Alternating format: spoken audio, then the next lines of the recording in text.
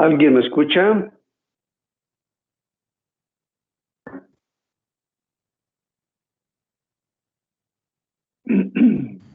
Sí, profe, sí se escucha. Buenos días, profe. Gracias, buenos días.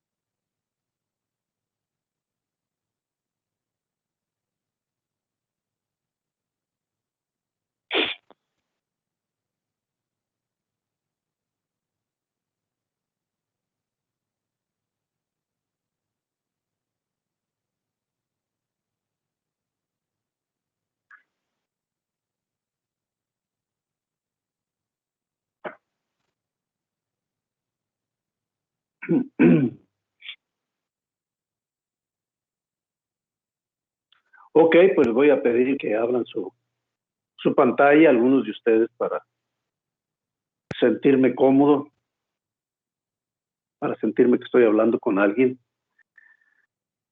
Si no es mucha molestia, desde luego.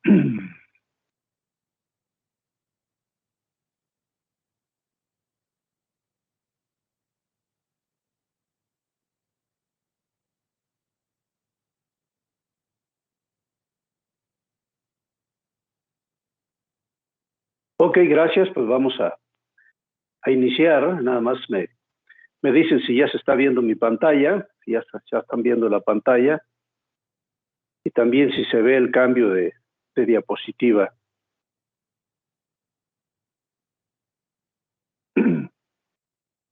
¿Alguien me puede decir? ¿Se está viendo la pantalla?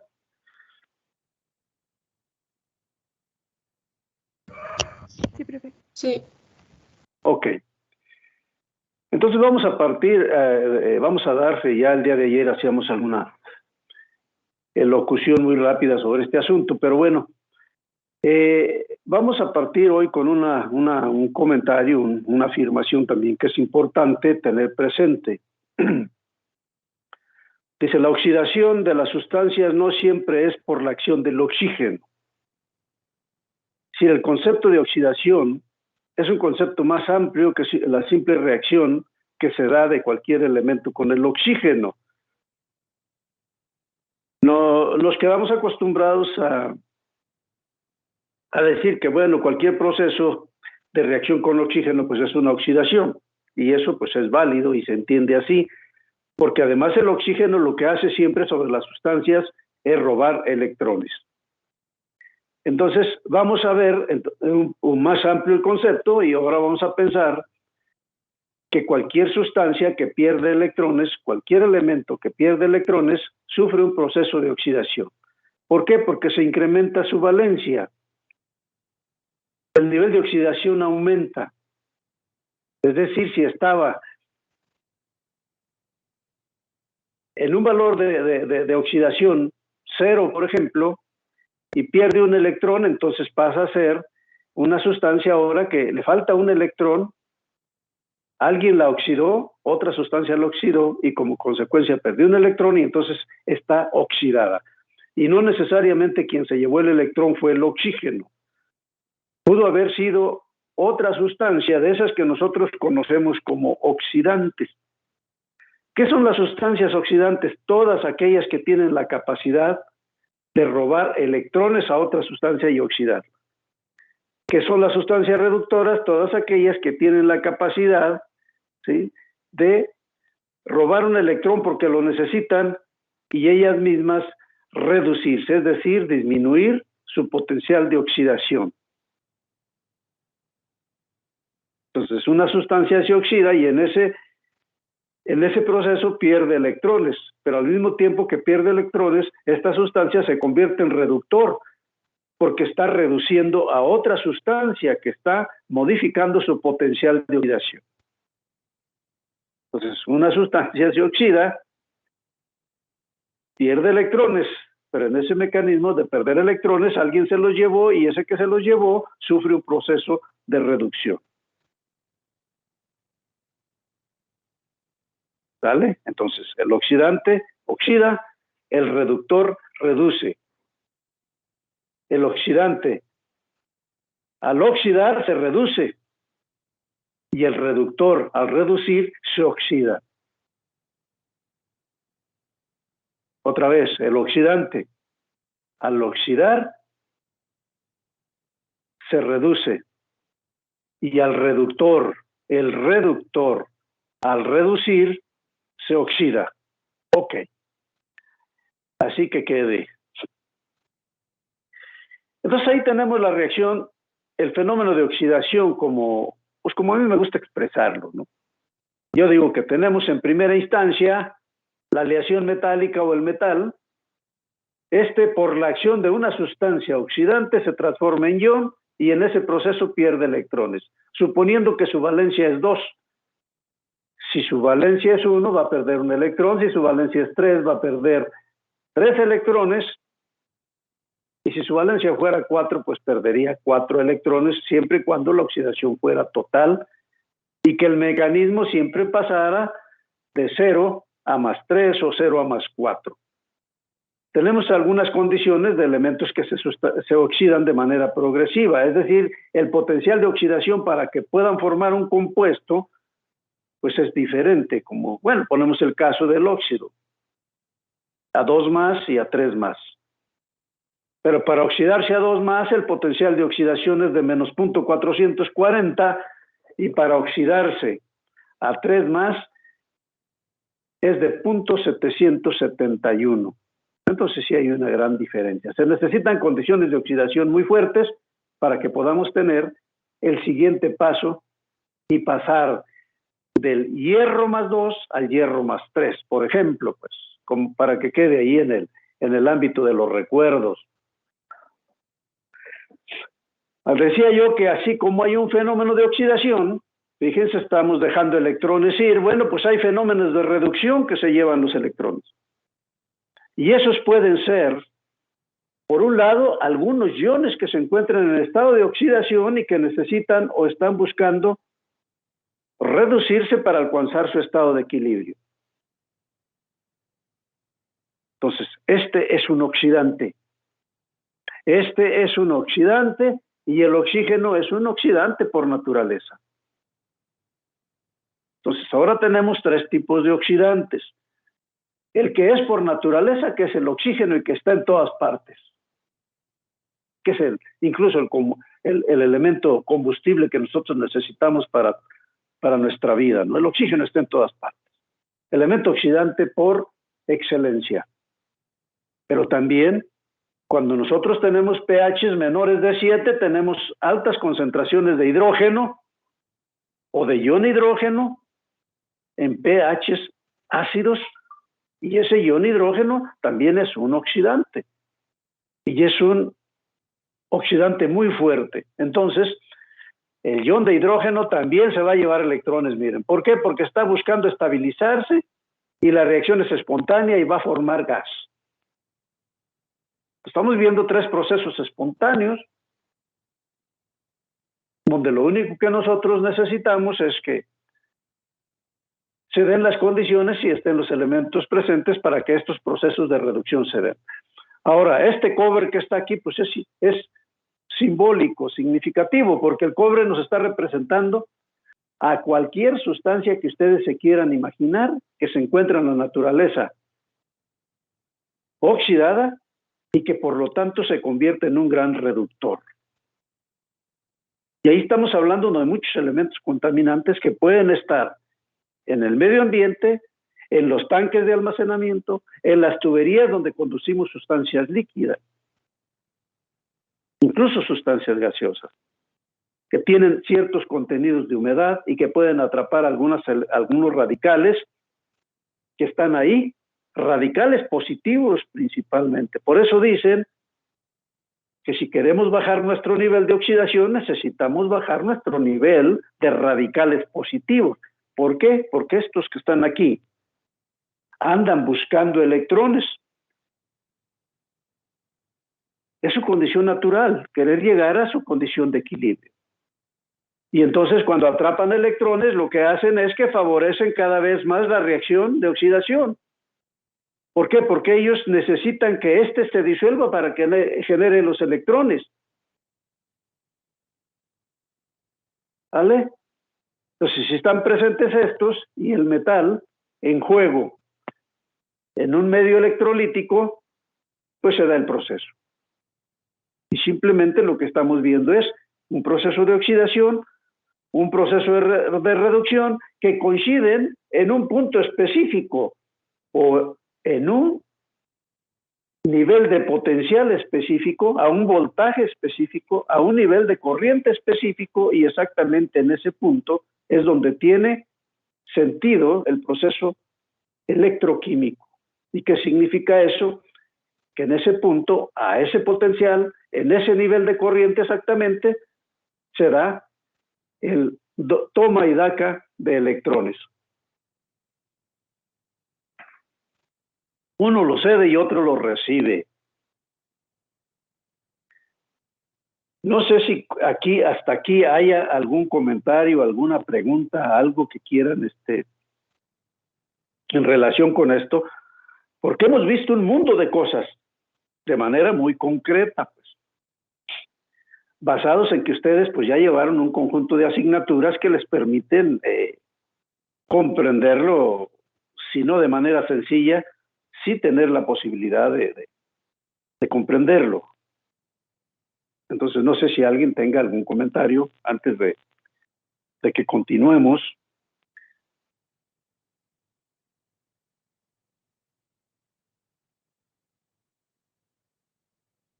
Bueno, continuamos pues.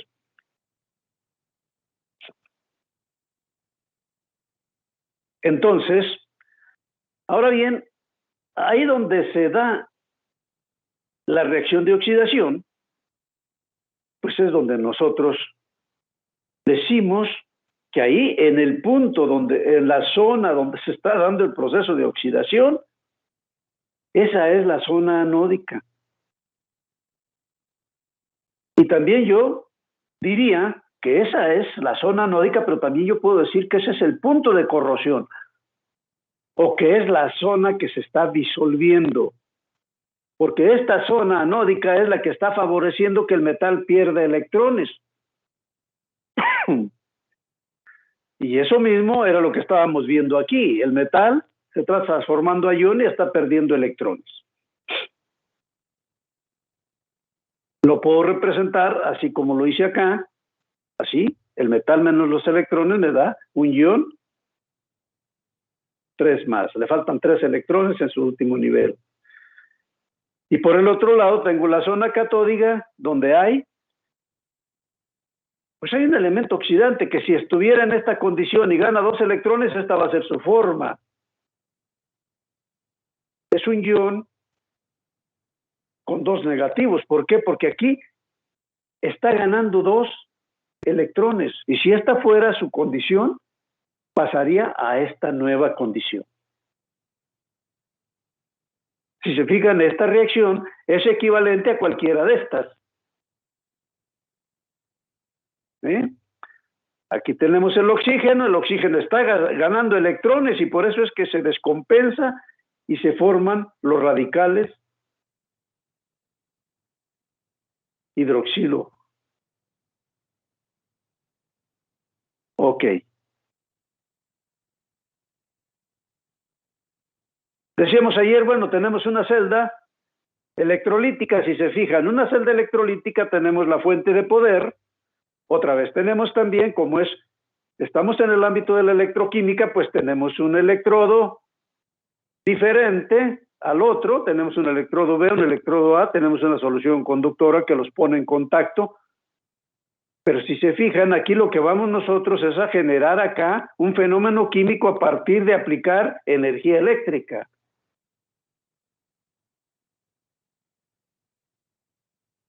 Ahora bien, nosotros vemos la fuente de poder. De acuerdo con la dirección convencional de la corriente, si ustedes observan, la corriente tiene que venir entonces de aquí del positivo, entrar, la corriente viene del positivo, la corriente positiva entra al electrolito y camina a través del electrolito, llega al electrodo contrario y cierra el circuito hacia el negativo. Entonces la corriente convencional va a venir de más a menos. Aquí miren, va a ser la avanzada de la corriente, así como va el cursor, la corriente va a venir así, entra y cierra el circuito, de más a menos. Y en el sentido contrario, vamos a tener el flujo de los electrones. ¿Sí? Entonces, el flujo de los electrones, ¿cómo viene? De menos a más. Miren, los electrones van a venir entonces del negativo acá. Y si se fijan ustedes, entonces, el negativo, que yo estoy poniendo aquí, viene al cátodo. Por eso no es prudente quedarnos con la idea de que el cátodo es el positivo y que el ánodo es el negativo, porque aquí estamos viendo que al armar este circuito, nos podemos confundir, porque miren, este es el negativo y este es el cátodo.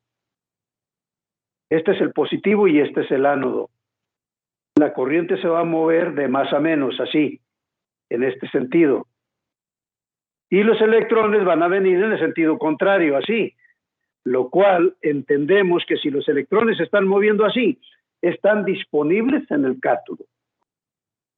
Que finalmente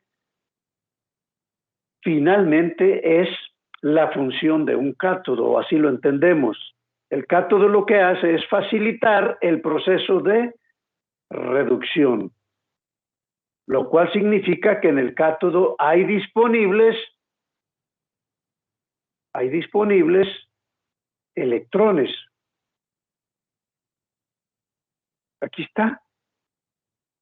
En el cátodo hay disponibles electrones y entonces los elementos que están cerca del cátodo y que están en condición de oxidación y que requieren reducirse, aprovechan la circunstancia atrapando electrones que están disponibles en el cátodo y entonces se da una reacción de reducción y se transforman a su estado elemental. Otra vez regresamos acá, aquí está. Es ponerle imaginación al asunto.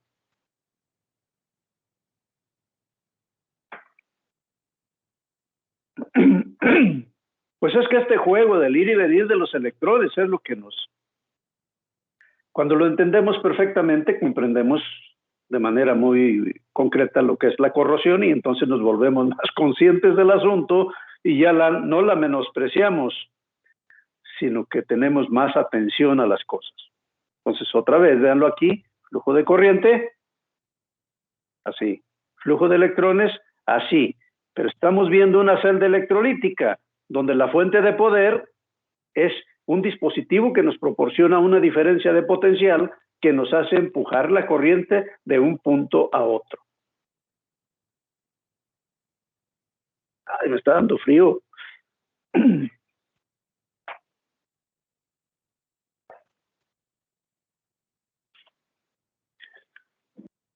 Está haciendo frío ahora aquí en estos. Se siente frío. Bueno, vayamos, continuemos.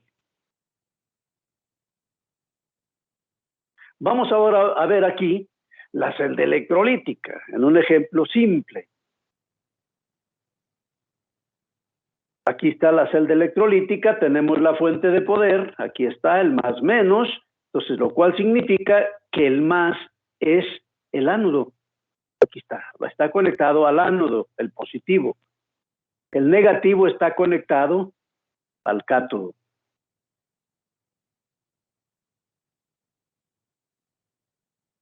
¿Vale? El ánodo está conectado al positivo. El cátodo está conectado al negativo. Es una celda electrolítica. Es una fuente de poder y pretendemos generar acá un fenómeno químico. Bueno, las reacciones que se van a dar, esta es la reacción de reducción. Si se fijan, el sodio está atrapando electrones y se está reduciendo.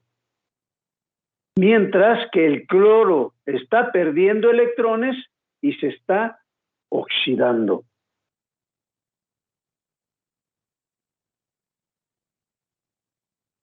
El cloro está perdiendo electrones y se está oxidando. Entonces, en el proceso de oxidación, el cloro se transforma a gas. ¿Y qué es lo que vamos a tener aquí? ¿Sí?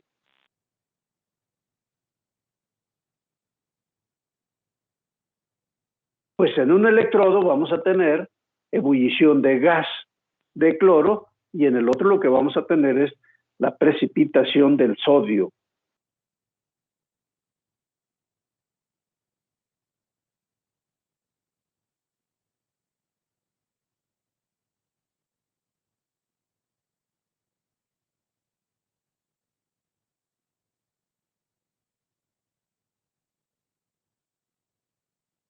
¿Sí? Si se fijan,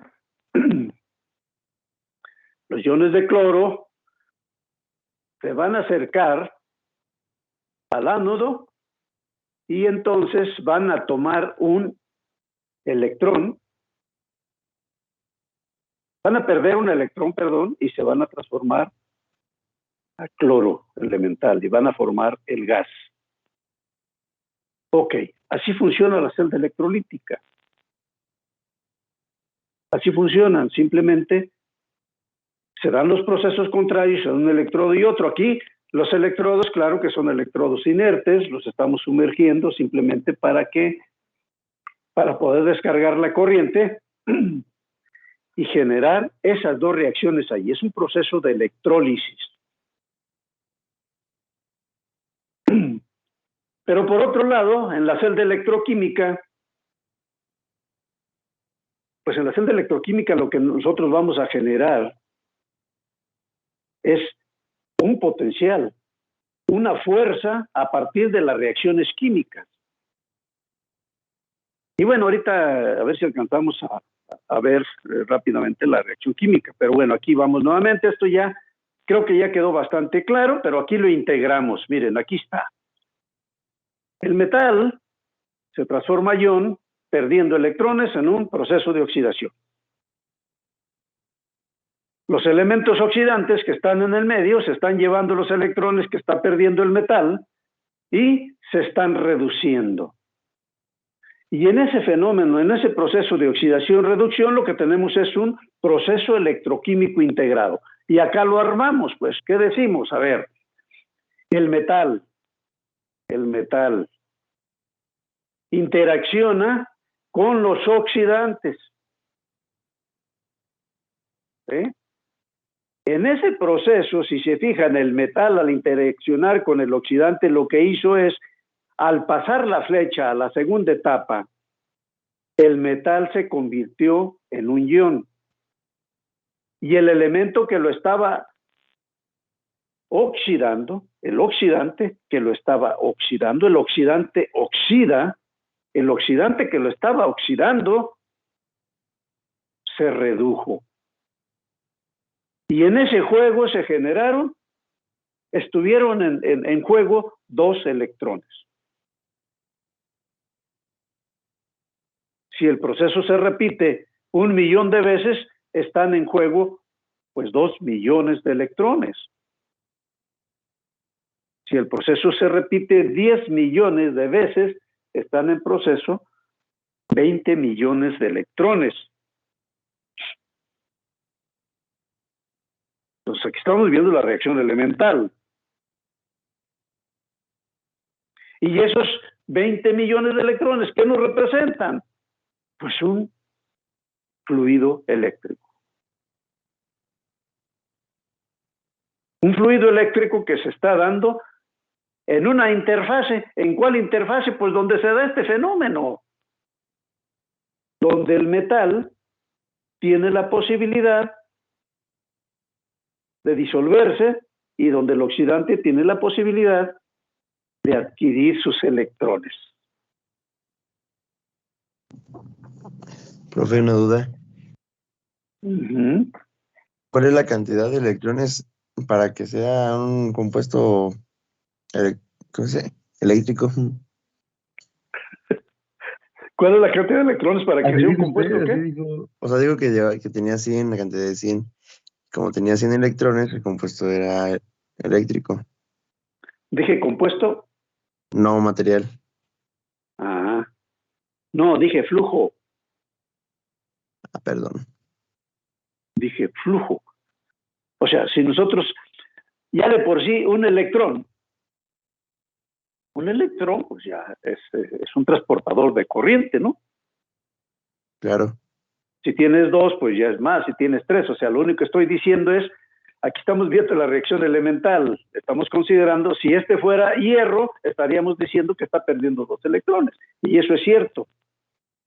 Pero estamos viendo la reacción elemental, porque en el proceso real, ¿sí? Bueno, pues acuérdate del átomo mol, ¿no? Es decir, ¿cuántos moles realmente se están perdiendo en una reacción elemental?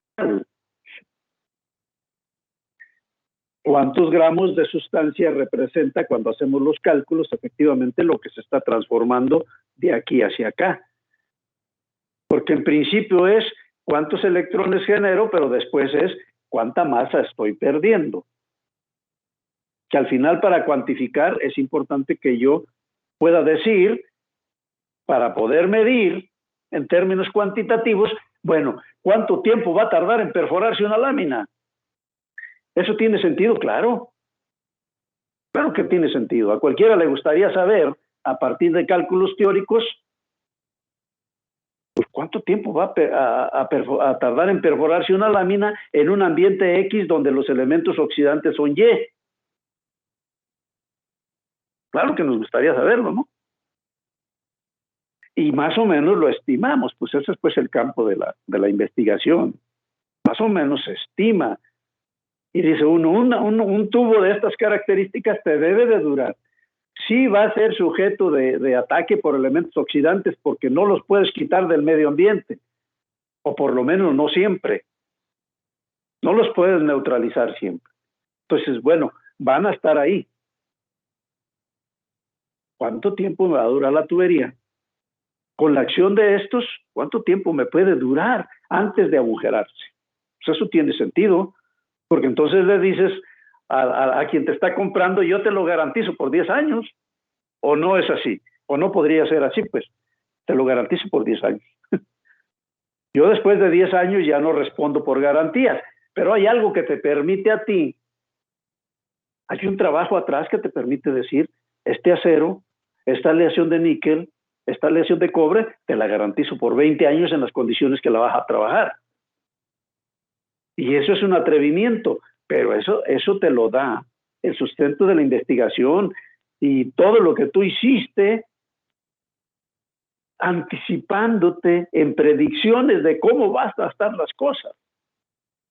Eso es lo interesante del asunto. No es que seas adivino, no, hay un conjunto de predicciones que estás haciendo a partir de cálculos teóricos y proyección a futuro a partir de la simulación, a partir de la modelación, para poder dar garantías, ¿no? ¿Cómo las das? Y en la medida en que el riesgo aumenta y el valor de las cosas que están en juego es mayor, pues aumenta el compromiso. Porque en la medida en que te quieres mantener más tiempo en el aire, o en la medida en que quieres que tus transatlánticos no se vayan a agujerar en alta mar, o en la medida en que quieres que no vayan a explotar las tuberías que conducen ciertas cosas, o que tus tanques de almacenamiento se mantengan sin fugas y sin que un problema de aumento de presión los destruya, pues tienes que tener certezas. Pues ese es el campo de la ciencia de los materiales o la ingeniería en materiales, pues. Porque la ingeniería de materiales, pues es saber utilizar el material más adecuado para ciertos usos. Pero la ingeniería en materiales es entrarle a la propuesta de cómo modificar un material que cada vez te presenta mayores exigencias. Yo así establezco la diferencia entre ingeniería de materiales e ingeniería en materiales. Eso es aplicar la ingeniería en la estructura, la elaboración, pues lo que tiene que ver con la esencia del material. Lo otro, pues lo aplican cualquier ingeniero civil, arquitectos, mecánicos, ellos simplemente seleccionan o escogen el material que creen que es el que les puede dar mejores resultados. El trabajo de nosotros tendría que ir más enfocado a resolver el problema de por qué el material falló. ¿Por qué falló? ¿Qué es lo que hay que corregir en la microestructura, en la composición química, en el tratamiento térmico?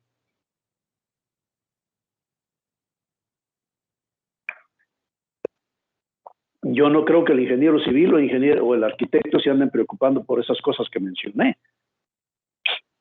Ellos simplemente dicen, bueno, me tendría que dar tales propiedades físicas, tales propiedades estructurales, y no me las dio. Falló la estructura antes de lo que habíamos previsto. El puente se agrietó, la estructura colapsó. ¿Por qué? Bueno, pues uno diría, seleccionaron mal el material. Ok, se seleccionó mal el material.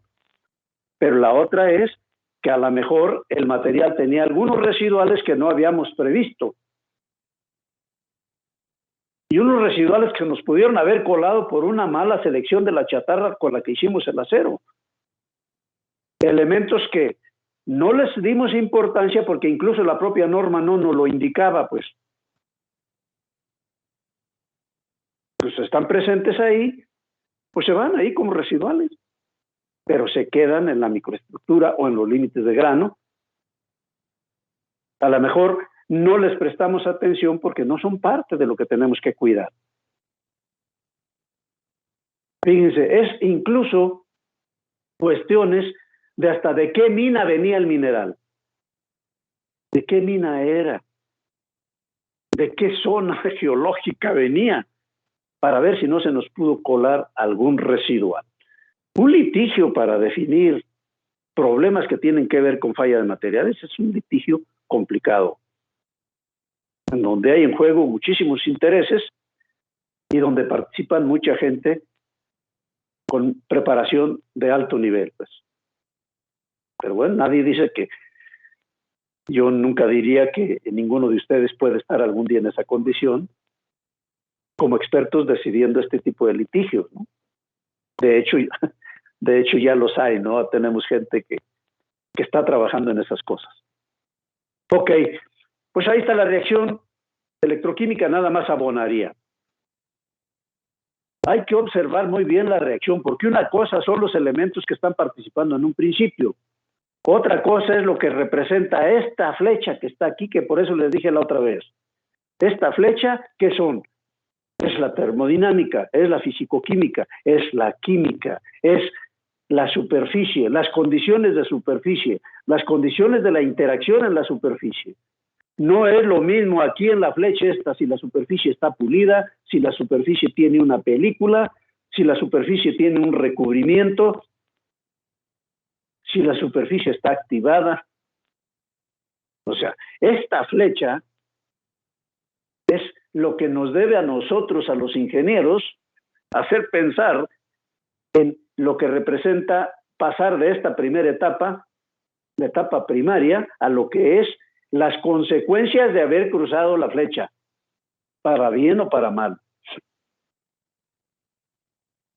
Porque fíjense que el cruzar esta flecha lo podemos provocar en un proceso no espontáneo. En nuestro caso, reacción electrolítica, celda electrolítica. Lo estamos provocando en un proceso no espontáneo. Estamos utilizando una celda de poder para hacerlo. Si el proceso es espontáneo, pues no necesitamos aplicar energía. No necesitamos una diferencia de potencial. Más bien, el proceso mismo nos va a dar cierta potencia como consecuencia de la reacción. Un fluido electrónico que nos representa una potencia, porque todo lo que se mueve en el universo tiene que ver con los electrones. Todo lo que se mueve en ustedes tiene que ver con los electrones. Los electrones no descansan. Por eso uno de los principios del universo es que todo vibra. No existe el estado estático. A ver, imagínense el átomo del que todos estamos hechos. Imagínense el átomo y imagínenselo estático. Y luego, y el spin, y el movimiento en torno al núcleo, ¿o se detendrá?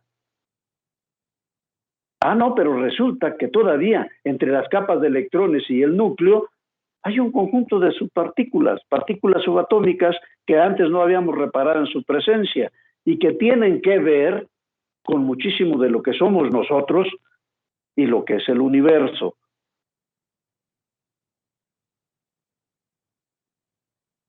Todo vibra. En todo están los electrones. Ok. Bueno, ya esto ya lo dije la otra vez, lo platiqué rápido, lo comento ya con las imágenes para complementar. Está el sulfato de zinc, está el sulfato de cobre. Aquí está el ion sulfato, están los iones al disolverse en agua. Luego ponemos una lámina de zinc, una lámina de cobre, los conectamos y ahí va a haber un fluido. ¿Cuáles son las reacciones? En la parte anódica el zinc se va a descomponer en iones y se va a generar electrones. La catódica, el ion de cobre, aquí en la superficie del cobre va a adquirir los electrones que están enviando el zinc. Mírenlos, aquí vienen. El zinc envía los electrones.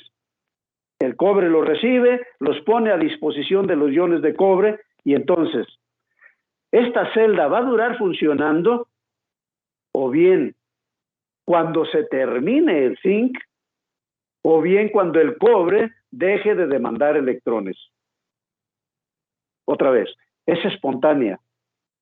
Conectan ustedes esta lámina y esta en contacto con esas soluciones y los dejan ahí y le ponen el multímetro y va a estarles registrando el voltaje.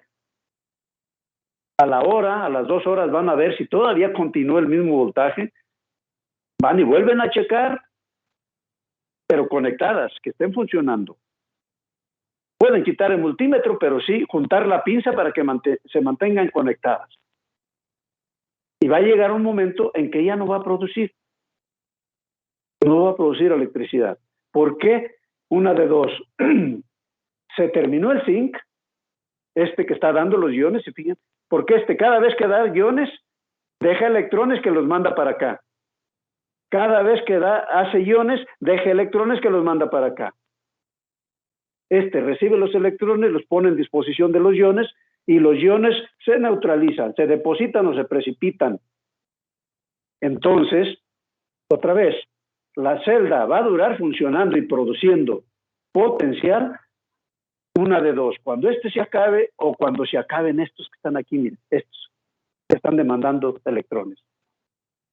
Ya no hay quien demande electrones, ya no tengo por qué sacrificarme, dice el zinc. Pero mientras estén demandando electrones, el zinc, que es una plancha repartidora de electrones, sigue. Ahí van electrones. ¿Por qué? Porque esa es su naturaleza frente a Esa es su naturaleza de frente a Y así funcionan las cosas. Por eso cuando te dicen a ti que te roban la energía, es literal. Te roban la energía. Cuando tú estás con otra persona, hay personas que te roban la energía, hay personas que te levantan la energía, hay con quien te sientes muy cómodo, hasta te fortaleces, mejoras tu ánimo, pero hay con quien te sientes terriblemente incómodo, tu ánimo decae y hasta sientes que te bajaron la pila y así lo decimos, híjole, fíjate que cuando platico con fulano me baja la pila. Es esto. Nada más que no lo vemos. No es fácil verlo, pues tampoco. Pero es cierto, es literal. Todo es energía. Todo es energía. ¿O no?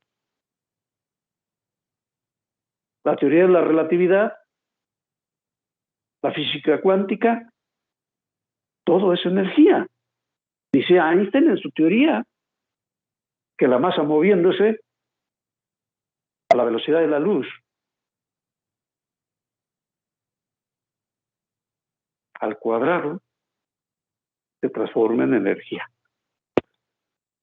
Y fue tan cierto que fueron las bases de la bomba atómica. Pues.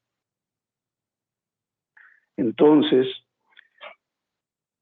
pues esto es tan simple como eso.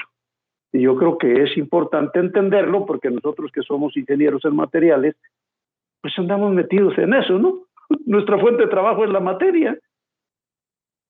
Eso es la materia. ¿Y qué es la materia? Bueno, si lo ven de manera concreta, pues son los elementos que están en la tabla periódica. De eso está constituido todo. Todo, pero animado por un hálito que algunos entienden, otros no entendemos, unos sí lo entienden bien, otros no muy bien.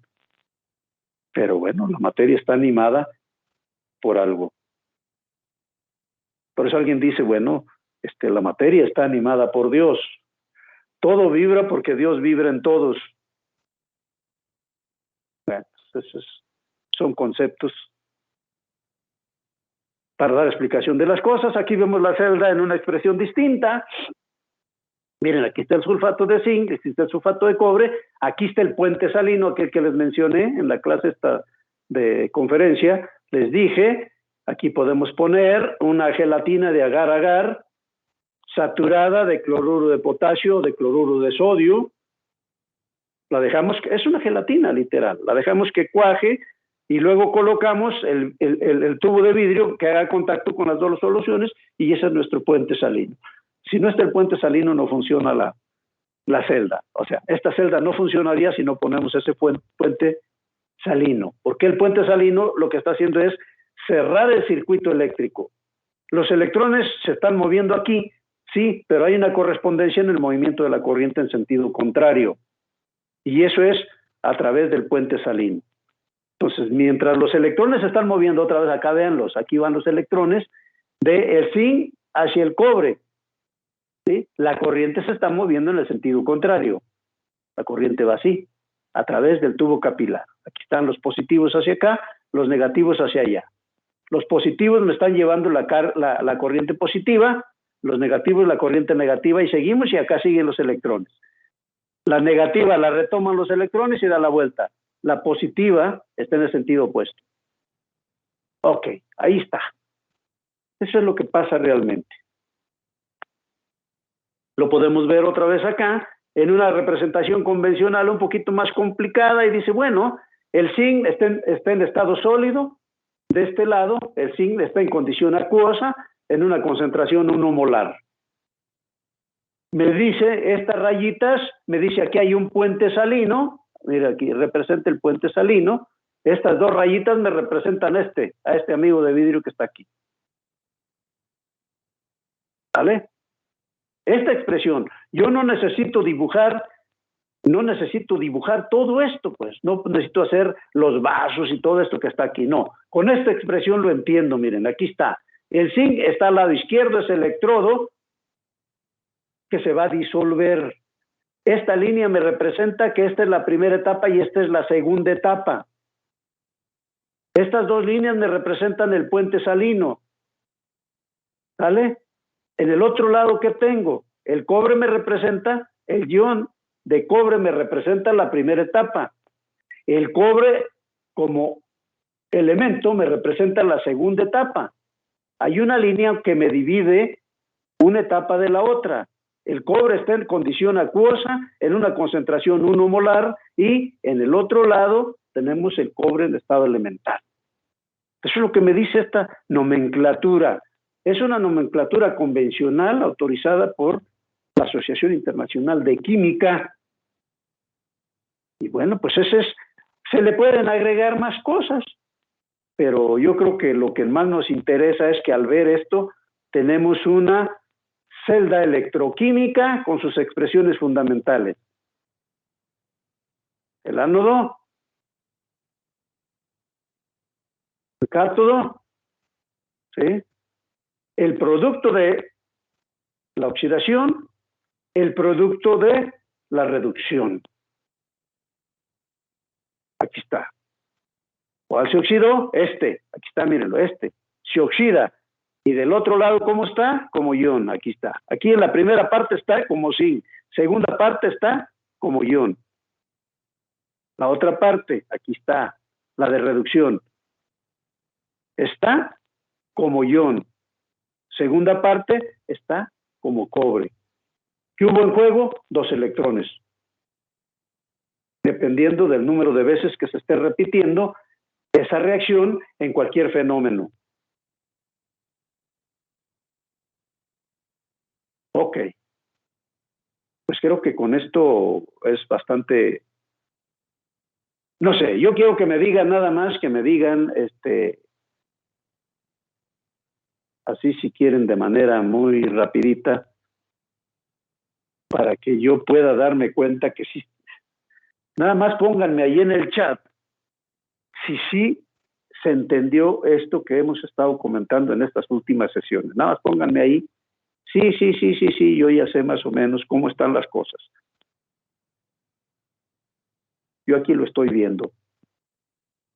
Así que nada más díganme, sí entendimos, profe, para que yo por lo menos diga que vale la pena que me esté desgañitando aquí a estas horas con este frío. Claro que por eso me pagan, pero aquí estoy, y hace frío aquí en esta área donde estoy.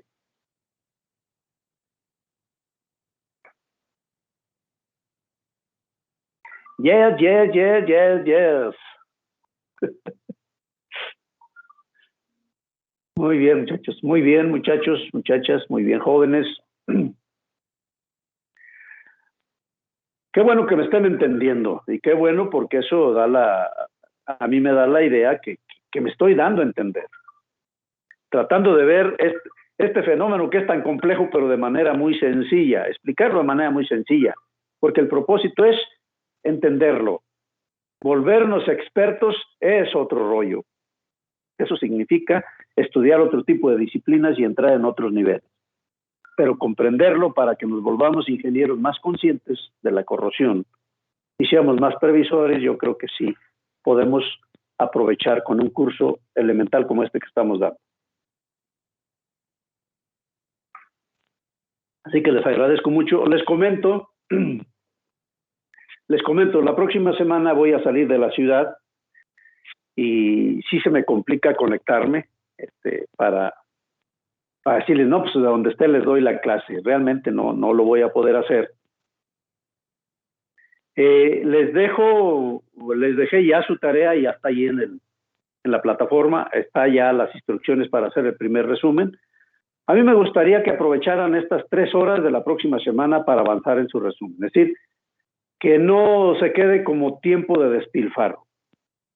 Les comento que a los muchachos, por ejemplo, del curso de ética, que se los estoy yendo a dar presencial al tecnológico a las 11 de la mañana, a ellos les dejé un trabajo específico y les dejé la llave del salón para que se pongan a trabajar esos 2 días. Hay una tarea concreta y la tenemos que entregar a la siguiente semana. Es decir, yo no voy a estar atendiéndolos esos 3 días, pero sí les pido, por favor, que aprovechen para avanzar en su resumen. Son 3 horas en las que algo se avanza. El resumen lo vamos a entregar, ese primer resumen, que es de los primeros 2 capítulos, y está pesado, de los primeros 2 capítulos, lo vamos a entregar pues el día de la primera evaluación. El plazo para entregarlo son las 12 de la noche del miércoles. Si la evaluación es el jueves, a las 12 de la noche del miércoles voy a publicar la tarea para que lo suban a la plataforma. Si es el miércoles, pues va a ser el martes. Y si fuera el martes, pues sería el lunes a las 12 de la noche. Pero yo no quisiera que siempre estuviéramos un día antes haciéndolo todo a marchas forzadas. Y ahí está. Yo creo que les puede servir dar una lectura a eso, un repaso, y escribir un ratito a ver si de algo sirve el ejercicio. ¿Vale? No sé si tengan algún comentario. Queda claro, entonces nos vemos de esta semana hasta la otra. Órale, pues, gracias. Ahí estamos. Una duda, es que leí las indicaciones del trabajo y dice que es en manuscrito y nos pide 20 hojas. ¿Es contando la portada y el índice o eso queda exento? La portada y el índice están exentos. Ok, y hay la posibilidad de que lo hagamos a computadora. Es que sí son varios temas y subtemas. No, hay que hacerlo manuscrito. Es un ejercicio académico manuscrito, complementario al sistema que estamos llevando. Es complementario por la forma como estamos llevando esto. Si se fijan, ese ejercicio les está dando bastantes puntos para aprobar el curso. Entonces hay que hacerlo. Van a ver que después de que lo hagan, se van a dar cuenta que sí era importante hacerlo, pues. Profe, tengo otra duda. En las indicaciones también dice que deben ser las líneas. ¿Podemos no hacerlas y solo como tener una plantilla en la parte de abajo? O sea, como no, un cuaderno de rayas. Cómprense un cuaderno de rayas. Van a ser tres resúmenes que más o menos deben de ser como unas 50, 60 hojas. Cómprense un cuaderno de raya tamaño carta. Ahí van a ser los resúmenes. Ok, perfecto. Muchas gracias. ¿Vale? Eso les simplifica el trabajo. Ya que lo terminen, lo escanean, lo ponen en PDF y lo suben a la plataforma.